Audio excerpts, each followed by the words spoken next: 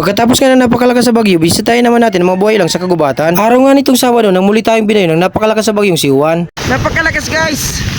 Diyos ko. Ang dami nga nitong sinira dito sa area ng Kabikulan. Kung mapapansin natin, hindi lang mga bahay, bakod, gusali, maging mga puno ay tinumba nito. Kung mapapansin nyo, sobrang tibay ng mga street light namin dito, gawain ng mga kontraktor.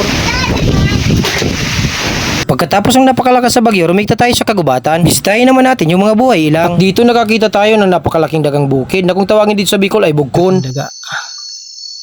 Ayun. Astig. Sa sobrang lakas ng bagyo, maging itong ibon ayaw nang umalis sa kanyang pinaglunggaan. Medyo matastas kasi yung daanan, medyo matarik. So kailangan natin ito magdubingan. Tara Salvar. Ito nga isang tree frog, takot na kapit dahil sa bagyong Juan. So ayan guys, nandito na tayo ngayon sa napakagandang spot. Maraming buhay ilang dito. So ibig sabihin, isang indikasyon na yung mga mamamayan nakatira dito ay talagang pinapangalaga nila yung mga buhay ilang dito sa kagubatan para makonserve natin para sa susunod na generasyon mayroon pong makikita ng iba't ibang klase mga buhay ilang dito sa kagubatan. So shoutout sa mga paros dyan ni Bulerong Bicolano. Tara! Ito namang isang platimatis, di ko alam kung bastos ito o sadyang mayayain lang habang binibidyoan ko. Ayaw yata maging artista sa aking netherping adventure. At dito nakakita tayo na napakaitim na guling-guling. Taggo nga pala ang tawag niyan sa Masbate City. At ito, napakasolidong gagamba mga pre. Kaso hindi pwede pang laban. At sa di kalayo, nakakita tayo ng isang singkit na ahas at napakahaba nito. Ito yung uri ng ahas kung saan husgang kasi mula ulo hanggang paa. Pero hindi naman dapat katakutan kasi may lebinomos lang naman ang ahas na ito. Guys, maraming nagsasabi na ito daw ay laruan or AI. At marami rin nagsasabi na planti daw yung aming mga ginagawang pag-herping. So, kung gusto nyo guys mapatunayan, sumama kayo sa aming herping. Ayan guys. Philippine by snake.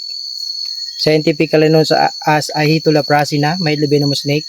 Ibig sabihin wala siyang kapasidad para pumaslang ng tao. So, pagkakawalan natin dito guys sa wild. Ayan.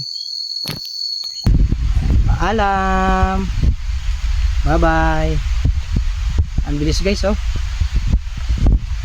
At nagpatuloy nga kami sa paghanap ng mga banakon dito. At ito kagad na bumungad sa atin, isang nakakatakot na ibon na kung nag-iisa ka dito sa kagubatan, talagang titindig ang balaybo at nakakatakot ito. Tawag nga pala niyan dito sa Bicol ay butbut kuwaw. Sa mga lugar nyo guys, anong tawag niyan sa inyo? Pag-comment naman sa ating comment section. Sa Tagalog naman ay commonly known as Philippine Scap Owl. At dahil hindi pa namin mahanap yung banakon, nagpatuloy kami sa paghahanap nito. At dito nasaksihan natin kung paano tumatuwid ang mga guling-guling. Napakastig at napakatalento ng nilalang na ito. Nakaito lang tuloy ang mga kontraktor kaya magpalipat-lipat ng lugar. Dito sa nilalang na to, lugi ang mga kontraktor. At sa di kalayuan, nakakita tayo ng mga kumpul-kumpul na buko at kukunin ko na at napakasarap yan. At dahil sa napakamahal ng kilo ng baboy ngayon, napakasarap alternatibo na gawing pangsisig yan. At pwede rin natin itong pangkadubo sa gata na maraming sili at nagmamantika ang pagkakaluto nito. At medyo malalim ng gabi at paalam na muna at hanggang dito lang muna ang ating video. At kung nakaabot ka sa ng ating video, maraming salamat po sa inyo at para mailuto ko na itong bukong nakuha namin.